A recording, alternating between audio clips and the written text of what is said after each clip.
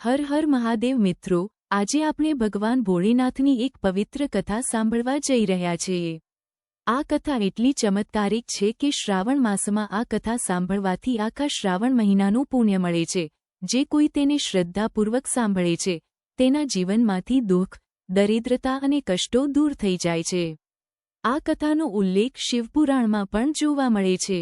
માન્યતા છે કે જે ભક્ત આ કથા શરૂથી અંત સુધી સાંભળે છે તેના ઘરમાં ક્યારેય અન્નધનની અછત રહેતી નથી અને તે રોગમુક્ત જીવન મેળવે છે। ખાસ કરીને શ્રાવણ માસમાં ભગવાન શિવની કથાઓ સાંભળવાથી અઢળક પુણ્ય પ્રાપ્ત થાય છે। એક વખત આ કથા સાંભળવી એ આખા શ્રાવણ મહિનાનું પુણ્ય આપતી હોય છે। એટલા માટે ભક્તોએ આ કથા અંત સુધી જરૂર સાંભળવી જોઈએ। જો તમે ભગવાન શિવના સચ્ચા ભક્ત છો તો ક્યારેય તેમના અનાદર ન કરશો। તેમની મહિમા અપરંપાર છે।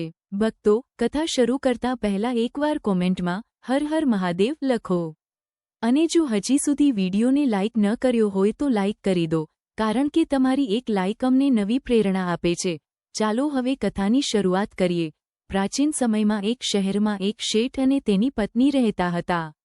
તેમના પાસે અન્નધનની કોઈ કમી ન હતી, પણ તેમણે જીવનભરમાં ક્યારેય દાન પુણ્ય કે ધાર્મિક કાર્ય કર્યું નહોતું। સંતાન સુખથી પણ તેઓ વંચિત હતા। શેઠની હવેલી નજીક જ એક પીપળનું વૃક્ષ હતું। તે વૃક્ષ પર એક સુંદર ચકલી પોતાના પરિવાર સાથે રહેતી હતી। આ ચકલીને ભગવાન શિવ પ્રત્યે અતિશય ભક્તિ હતી।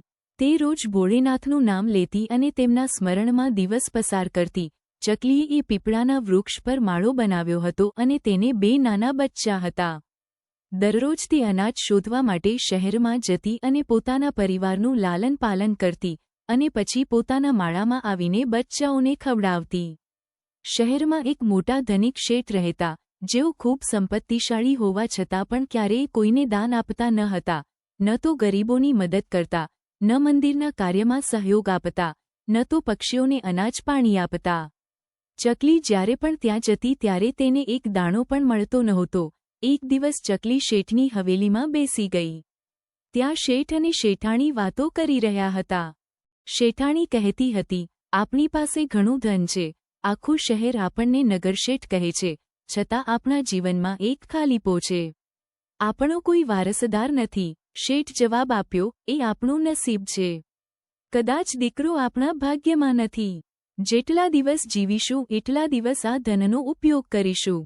એ પછી જેને નસીબમાં હશે તેને મળશે। ચકલી આ વાત ખૂબ ધ્યાનથી સાંભળી। રોજ તે હવેલી પર જવા લાગી।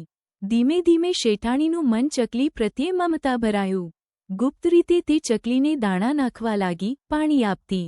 હવે ચકલીને પોતાના બચ્ચાઓને માટે દૂર શહેરમાં જવાનું ન પડતું। ઘણા દિવસો બાદ ચકલી મનમાં વિચારવા લાગી, આ શેઠાણી બહુ દયાળુ છે, મને અનાજ પણ આપે છે, પરંતુ તેના જીવનમાં પુત્ર નથી। માતા બનવું એ જ સ્ત્રીનું સૌથી મોટું સૌભાગ્ય છે। શું હું કંઈ કરી શકું કે જેનાથી તેને સંતાન પ્રાપ્તિ થાય? આ રીતે ચકલીના હૃદયમાં કરુણાભરેલો વિચાર જન્મ્યો। જ્યારે કોઈ સ્ત્રી માતા બને છે ત્યારે તેને જીવનનો સર્વોત્તમ આનંદ પ્રાપ્ત થાય છે। એ જ વાત ચકલી પોતાના મનમાં વિચારે છે અને થોડું ઉદાસ થઈ જાય છે। તેને લાગે છે કે જે શેઠાણી રોજ એને અનાજ ખવડાવે છે, પાણી પીવડાવે છે, કેટલી દયાળુ છે।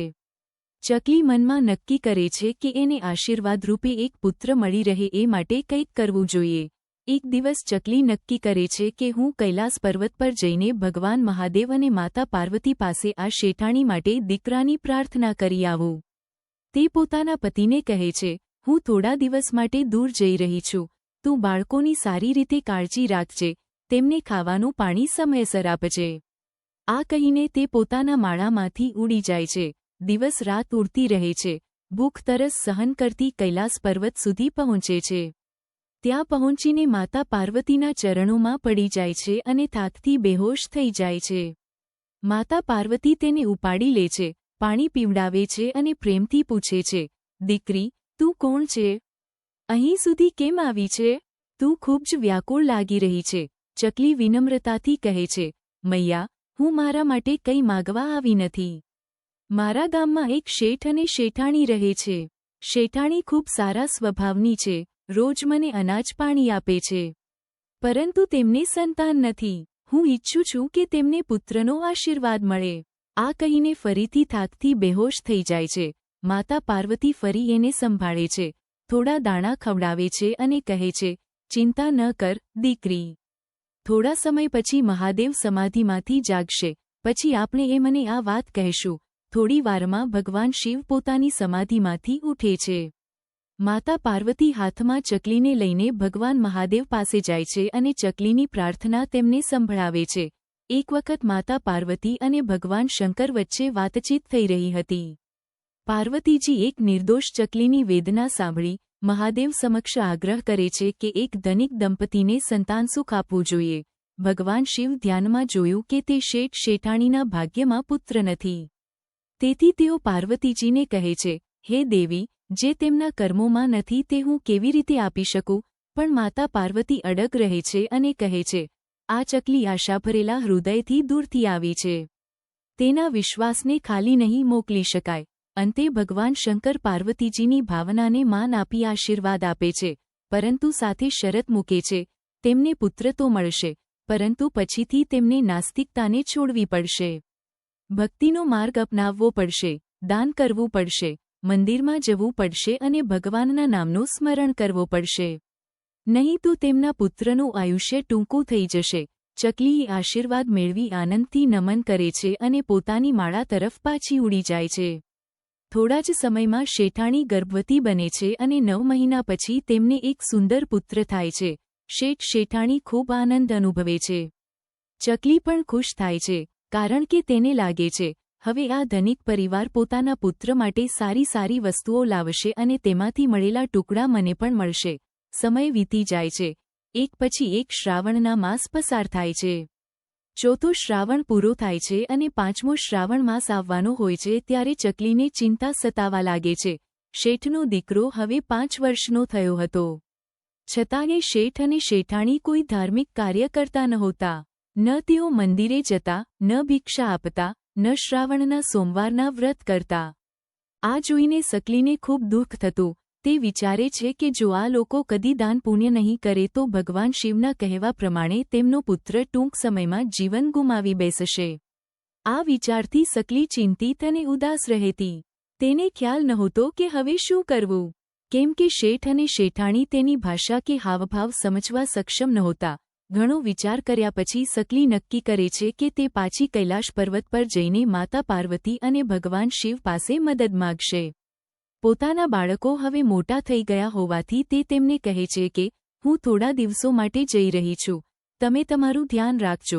એમ કહીને સકલી ઉડીને સીધી કૈલાશ પર્વત પર પહોંચી જાય છે. ત્યાં પહોંચી તે માતા પાર્વતીના ચરણોમાં પડી જાય છે. માતા તેને પ્રેમથી હાથમાં લઈ પૂછે છે, દીકરી, હવે શું તકલીફ છે? જેવું તું કહેતી હતી તેમ જ થયું ને? શેઠ શેઠાણીને દીકરો થયો. હવે તું ફરી કેમ આવી છે?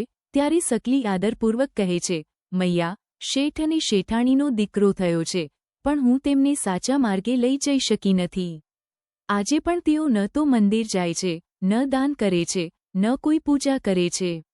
જો એમ જ ચાલતું રહ્યું તો તેમનો પુત્ર ટૂંક સમયમાં જીવન ગુમાવશે. આ વિચારથી હું વ્યથિત છું. મૈયા, આવું ન થવું જોઈએ. તેમનો પુત્ર લાંબા આયુષ્યનો બને. ચકલી જાણતી હતી કે પિતા ભગવાનને મનાવવા માટે પહેલા માતા પાર્વતીને પ્રાર્થના કરવી જરૂરી છે. તેથી તે માતા સમક્ષ અર્પણ થઈ જાય છે. પછી માતા પાર્વતી ભોલેનાથને કહે છે, પ્રભુ, આવું ન થવું જોઈએ.